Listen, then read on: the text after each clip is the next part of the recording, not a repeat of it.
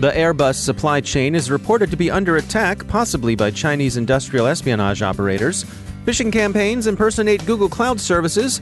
A new commodity information stealer is on offer in the black market. The vBulletin 0-day was weaponized surprisingly quickly. DoorDash discloses a hack that exposed almost 5 million persons' data. Insights on being the CEO of a public company. And a look at JTF Ares operations against ISIS shows commendable attention to increasing the enemy's friction.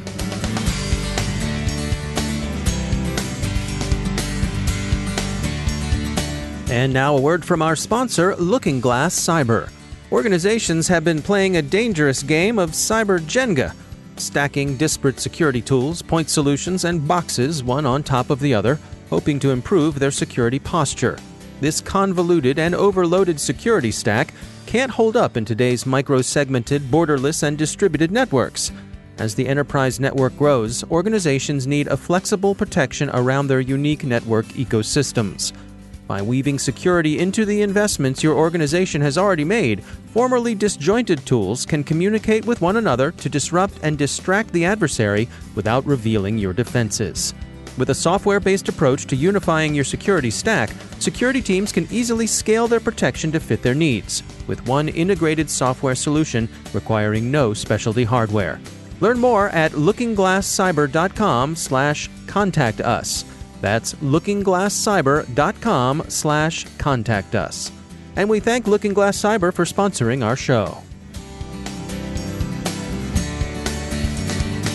Funding for this CyberWire podcast is made possible in part by BugCrowd, connecting organizations with the top security researchers, pen testers, and white hat hackers in the world to identify 10 times more vulnerabilities than scanners or traditional pen tests. Learn more about how their award-winning platform provides actionable insights like remediation advice to help fix faster, while methodology-driven assessments ensure compliance needs are met at bugcrowd.com. From the CyberWire studios at Data Tribe, I'm Dave Bittner with your CyberWire summary for Friday, September 27, 2019. Cyber attacks against supply chains are among the third or nth-party risks that have drawn increased attention over the past year. A high-profile manufacturer, Airbus, has been the subject of an industrial espionage attack on its suppliers. AFP reported yesterday that some major Airbus suppliers were hit by a cyber attack that seems designed to steal trade secrets. Engine manufacturer Rolls-Royce was affected, as was Expleo, a technology consultancy and supplier. At least 2 other companies in the Airbus supply chain were also attacked, but their identities are not yet publicly known. Neither Airbus nor Rolls-Royce have commented on the incident. Expleo told AFP it could neither confirm nor deny reports of an attack. Airbus did say that it, like any major company, is aware of cyber attacks, but it had nothing to offer concerning this incident, which AFP sources to unnamed security experts. Bloomberg has reported that Airbus has nonetheless taken steps to shore up its security. Sources suggest that the attackers worked against a virtual private network that connected Airbus to its suppliers. The hackers appear to have been particularly interested in collecting information relevant to obtaining aircraft certification. The 2 aircraft whose technical details drew the most attention were the A400M, a military transport aircraft, and the commercial passenger aircraft A350. There is so far no firm attribution, but informed speculation points to Chinese espionage. Either APT-10, which is also known as Stone Panda and MenuPass, or JSSD are being mentioned in dispatches. JSSD is associated with the Regional Security Ministry in Jiangsu. Jiangsu is a center of Chinese aerospace industry, which is seeking to enter the commercial airline market. Chinese aircraft company Comac is producing the country's first mid-range airliner, the C929, but it's been having difficulty obtaining certifications, which of course constitutes a significant barrier to entry in this particular market. Security firm Zscaler reports finding phishing campaigns, which the company assesses as sophisticated, abusing appspot.com and web.app, both legitimate domains associated with Google Cloud. The researchers say the campaign, which deploys well-executed landing pages that spoof the 2 widely used sites, is similar to a phishing effort they found in July that was engaged in similar deception with respect to Microsoft Azure. Juniper Networks reports a new strain of spyware delivered by Trojanized Windows executables. Once installed, the Masad Stealer spyware interacts with a Telegram bot the threat actor controls to find and exfiltrate data. The information Masad takes is browser-based, which is useful because it often holds credentials and paycard information. It also automatically swaps out any cryptocurrency wallets it comes across with a wallet of its own. Masad is off-the-shelf crimeware traded in the criminal-to-criminal dark web markets as Masad Clipper and Stealer, where it goes for the low price of $85 or so. Juniper points out that this means it can and will be deployed by an indefinitely large number of threat actors beyond the malware's original authors. The vendors have thought a bit about their marketing. They start you off with a free version and then offer increasingly capable versions at correspondingly higher prices. Security firm Imperva reports that vBulletin 0-day is being exploited in the wild. If they're correct, and there's no reason to think they aren't, the vBulletin case shows how quickly a vulnerability can be weaponized after its publication. The company says it observed the first malicious request exploiting the vulnerability less than 9.25 hours after the vulnerability was posted to seclists.org. DoorDash disclosed that it sustained a major data breach. Data on some 4.9 million customers, Dashers, gig workers who deliver for the service, and merchants were exposed to an unauthorized third party in May of this year. The company says the incident affected those who joined DoorDash before April 6, 2018. Customers, Dashers, and merchants who joined more recently are unaffected. NPR has published an unusually long look at Joint Task Force Ares, the U.S. Cyber Command unit tasked with hunting ISIS in cyberspace.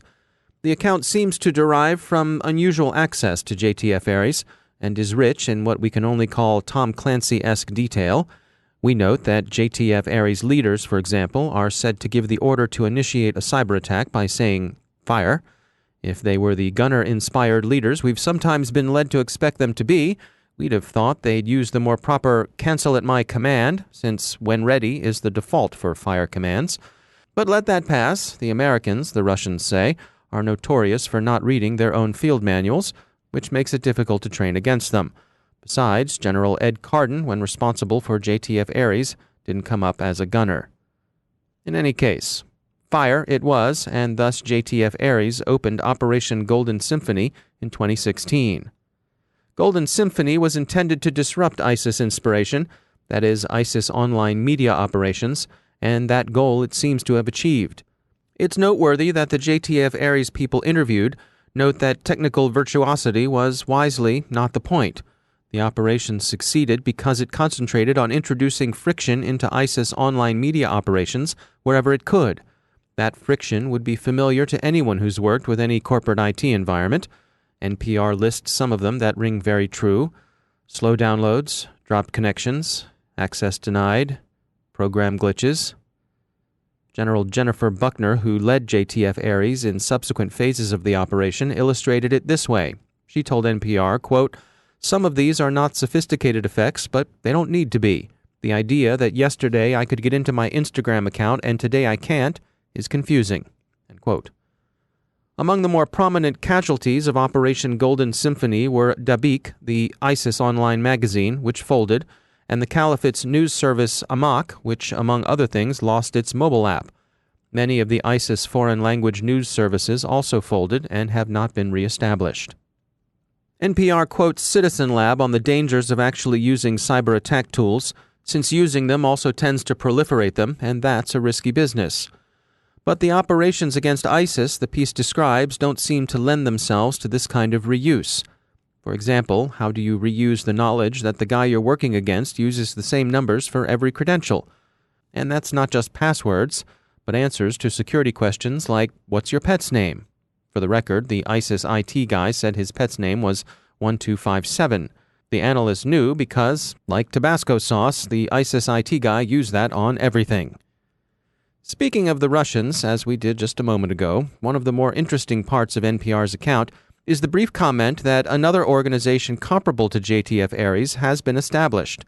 It's called the Russian Small Group, and we trust they've got their fire commands down. A question: if people in North America call Russia's GRU hackers Fancy Bear, Do the Russians have a comparable name for U.S. Cyber Command? And which animal would they use as its mascot? And now a word from our sponsor, ExtraHop, delivering cloud-native network detection and response for the hybrid enterprise. The cloud helps your organization move fast, but hybrid isn't easy. Most cloud security failures will fall on customers, not service providers. That's one reason enterprises value the SOC visibility triad, Gartner's framework that helps teams like yours scale security and business operations safely and cost-effectively. When you combine network detection and response with endpoint protection and SIEM, you have the visibility, threat detection, and automated response capabilities you need to secure and support cloud growth. Learn more at extrahop.com/cyber. That's extrahop.com/cyber. And we thank ExtraHop for sponsoring our show.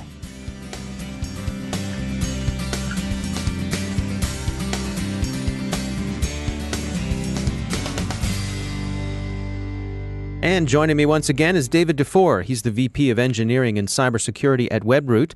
David, it's always great to have you back. The importance of cybersecurity continues to expand throughout organizations, and it's touching more and more things. And that means there are a lot of new roles for people to play within organizations. First of all, thanks for having me back. We are seeing a lot of new roles, both inside organizations and then, where you're hiring people to support security. And additionally, the training that people need in universities and things like that to be able to come in and build products that actually help prevent, threats or detect threats, things of that nature. So it's quite a lot going on right now. So can you give me some specific examples? What kinds of things are folks spinning up these days? Well, one of the biggest things, and I know we hear about this a lot, so please, let's remember I'm on the engineering side, not on the sales and marketing side.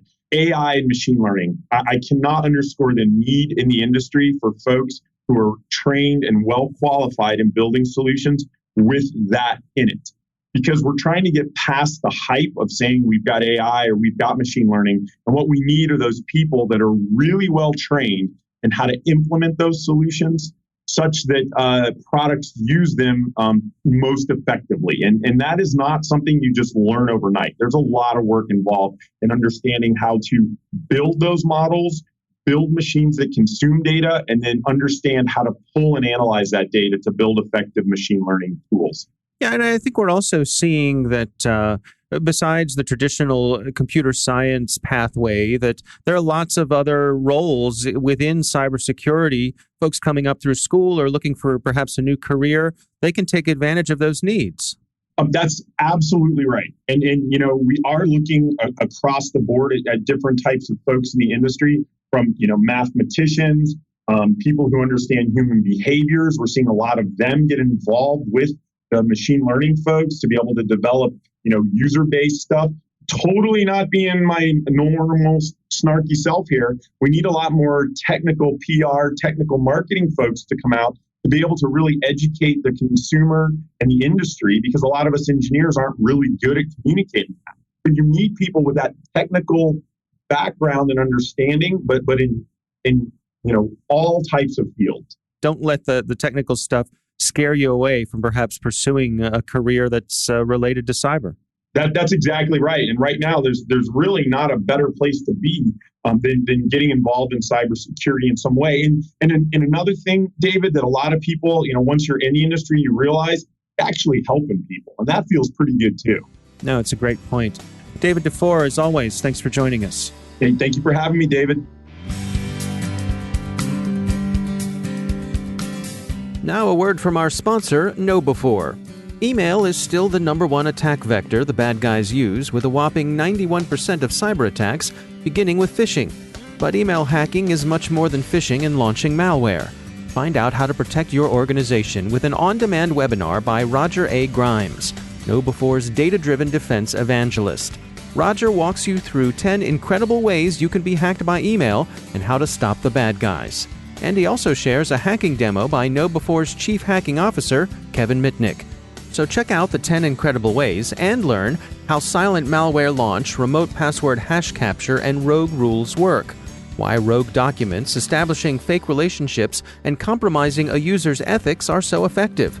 details behind clickjacking and web beacons, and how to defend against all of these.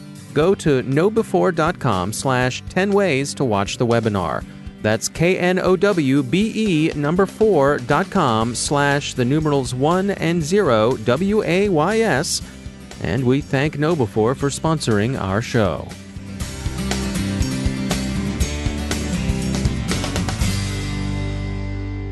My guest today is Caleb Barlow. He's CEO and president of cybersecurity services firm Cynergistek. Prior to that, he was vice president of threat intelligence at IBM Security. I've spoken with Caleb Barlow before, but this time I wanted to focus on what the transition was like to being the CEO of a public company and how his experience in security informs his leadership style. You want to ask a lot of questions. You want, especially once you get past the first set of interviews and you realize you've got the job, you really want to understand, all right, where are the bodies buried and what do I need to worry about? And I think as a leader today, whether you're taking a role as a CEO or frankly, you're taking a new leadership role, we have to shift our paradigm a little bit as security professionals. I mean, I have told the story probably 100 times, and I'm sure you've heard this before, Dave, of, if you're in a bear attack, you don't need to outrun the bear. You just need to outrun your friends. Security professionals use this metaphor all the time. I actually think we need to stop using that metaphor because this is no longer about if I'm breached. This is really about I'm going to get breached. It isn't a question of if it will occur. It's really just a question of when. And a lot of companies, it's happening all the time. So we really need to think about when in that bear attack, because it's not just a bear, it's probably a whole pack of bears. Right. That's what I was thinking. What if there are two bears? Yeah, exactly. What if there are two bears or a whole pack of bears, right? Right. We've got to shift our thinking because that's the landscape we're dealing with now. And now we've got to think about, how are we going to prevent that from occurring? How are we going to mitigate the damage? And most importantly, how are we going to respond to that moment of crisis? So a lot of what I started to look at as I came into this role were, well, what is our security posture? And I think, interestingly enough, there are a lot of questions that you can ask now that, that you couldn't have asked 2 or 3 years ago. So things like, hey, is the network segmented? Do you have EDR? Is two-factor authentication on everything?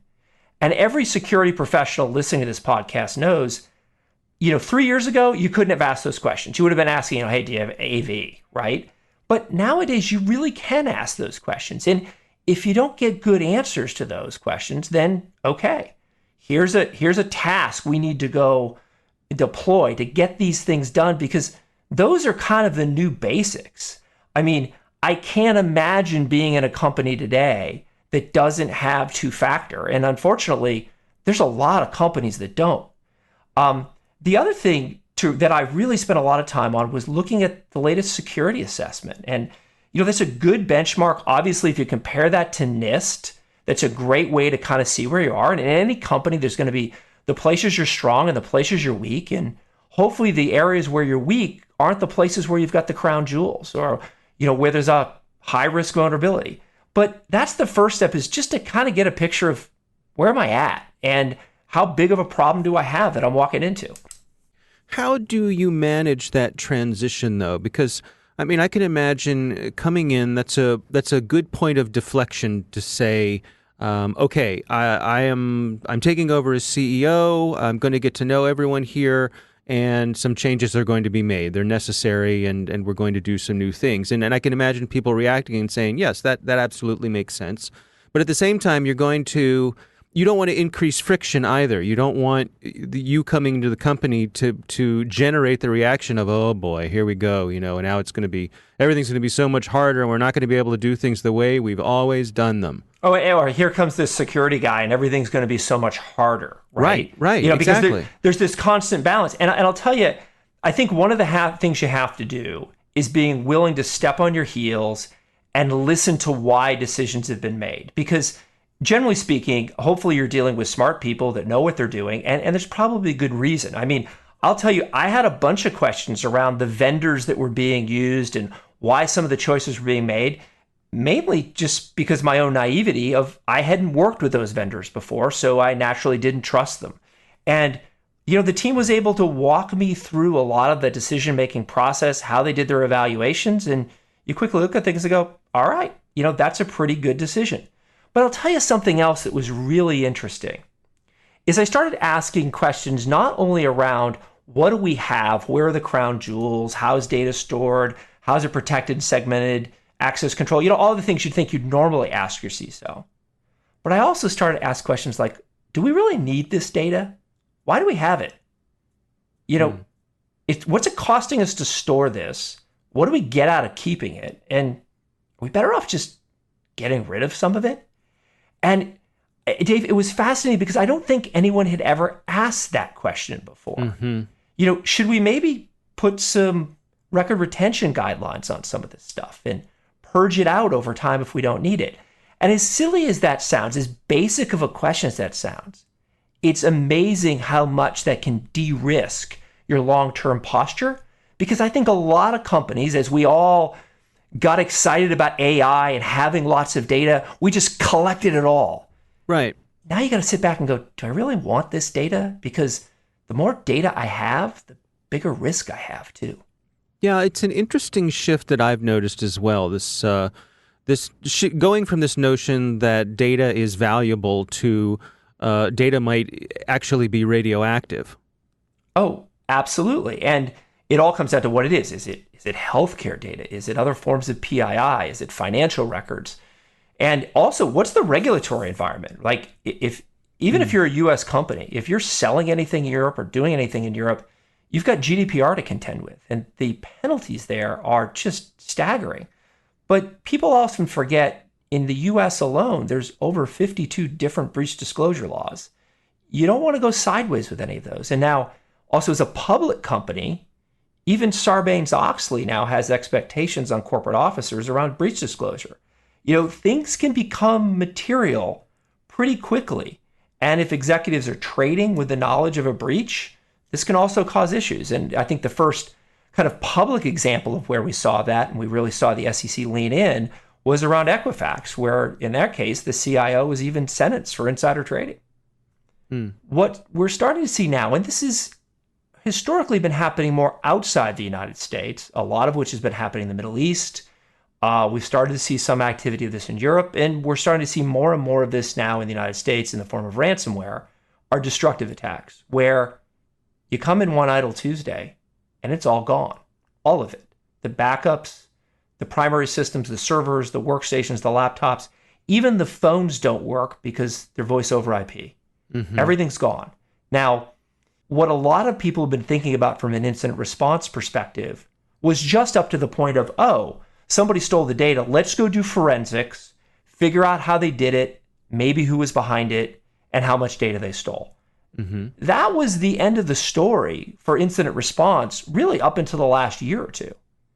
Now it's all about something is happening, business is being impacted. I need incident command. I need incident remediation. And those are two very different disciplines. So interestingly enough, though, we don't have to recreate what to do here. The incident command system was first developed by a guy named Alan Brunacini in Phoenix Fire Department, where he was trying to figure out how to deal with wildfires that were occurring in Phoenix and the surrounding areas, where you'd have to coordinate response amongst all kinds of different fire departments. So he built this thing called the incident command system. And it's a method to make decisions and understand an organizational hierarchy when you have to put a hierarchy together all at once in a hurry. Well, interestingly enough, in a large-scale incident in a company, you have the same problem because you can't rely on the structure of the company to respond to that incident. The CEO is on a plane for the next 12 hours. The next person in charge doesn't know anything about cybersecurity. And 3 of the other executives you can't get a hold of because all your systems are down. So you've got to have a way to respond where you're responding in a lot of ways from the bottom up with people that are specially trained in how to do this. And I think as companies realize more and more that this is a business recovery type of incident, we're starting to see those tools that come from the realms of incident response or the military and get retranslated into cybersecurity. And again, the good news is We don't have to reinvent how to do this. We just have to translate it into cybersecurity. That's Caleb Barlow. He is CEO and president of Cynergistek. And that's the CyberWire. Thanks to all of our sponsors for making the CyberWire possible, especially our supporting sponsor, Observit, the leading insider threat management platform.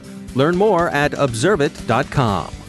The CyberWire podcast is proudly produced in Maryland out of the startup studios of Data Tribe, where they're co-building the next generation of cybersecurity teams and technology.